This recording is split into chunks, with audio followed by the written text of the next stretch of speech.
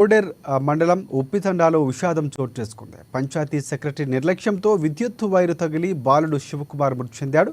గ్రామంలో వీధి లైట్లు వేసేందుకు మైనర్ బాలుడిని పంచాయతీ సెక్రటరీ బుచ్చన్న విద్యుత్ స్తంభం ఎక్కించిన సమయంలో ప్రమాదం చోటు చేసుకుంది. విద్యుత్ వైరు తాకి తీవ్రంగా గాయపడ్డ బాలుడిని చికిత్స నిమిత్తం జిల్లా ఆసుపత్రికి తరలించారు. అయితే చికిత్స పొందుతూ బాలుడు మృతి చెందాడు.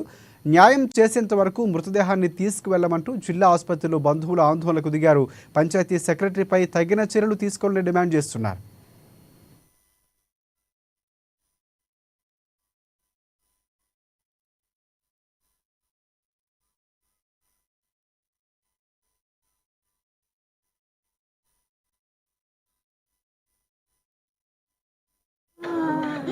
మాది రేకులపల్లి గ్రామ పంచాయతీ ఉప్పితండ కోడేరు మండలం. అయితే మాది రేకులపల్లి గ్రామ పంచాయతీకి 2 తాండాలు ఆమ్లెట్లో ఉన్నాయి. అయితే మేము ఉప్పితండలో ఉంటాము. 3 రోజుల నుంచి 4 రోజులు అయింది. ఆ సెక్రటరీ ఫోన్ చేసి ఒకటే టార్చర్ పెట్టిండు. అయితే మేము ఏం చేసినామంటే ఆడ మా బాబుని ఇంటి దగ్గరికి వచ్చి తోలుకుపోవడం జరిగింది. ఎల్సి తీసుకున్నాము. ఖచ్చితంగా మీరు స్తంభంకి లైట్లు వేయమని చెప్తేనే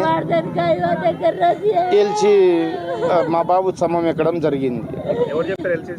పంచాయతీ సెక్రటరీ చెప్పింది, బిచ్చయ్య యాదవ్. 6 లైట్లు వేసిన తర్వాత లైట్లు ఫస్ట్ ఎన్ని లైట్లు వేసింది కూడా తెలియదు నాకు. నేను లేకున్నా బాబు దగ్గర. 6 పోల్లోకి వేసిండ్రు. కరెంట్ షాక్ అయి చనిపోయిండు.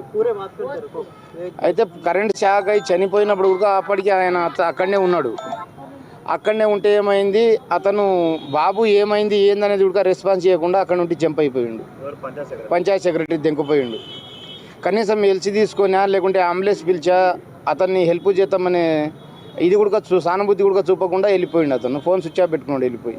పిల్లోనికి మనము ఇప్పుడు 5-6 పోల్లకు కరెంటు లేనిది 6వ పోల్కు కరెంటు ఏ విధంగా వచ్చింది? అది మనకు ఏది ఎల్సి తీసుకున్నావా తీసుకోలేదా, మళ్ళీ ఏ విధంగా 5-6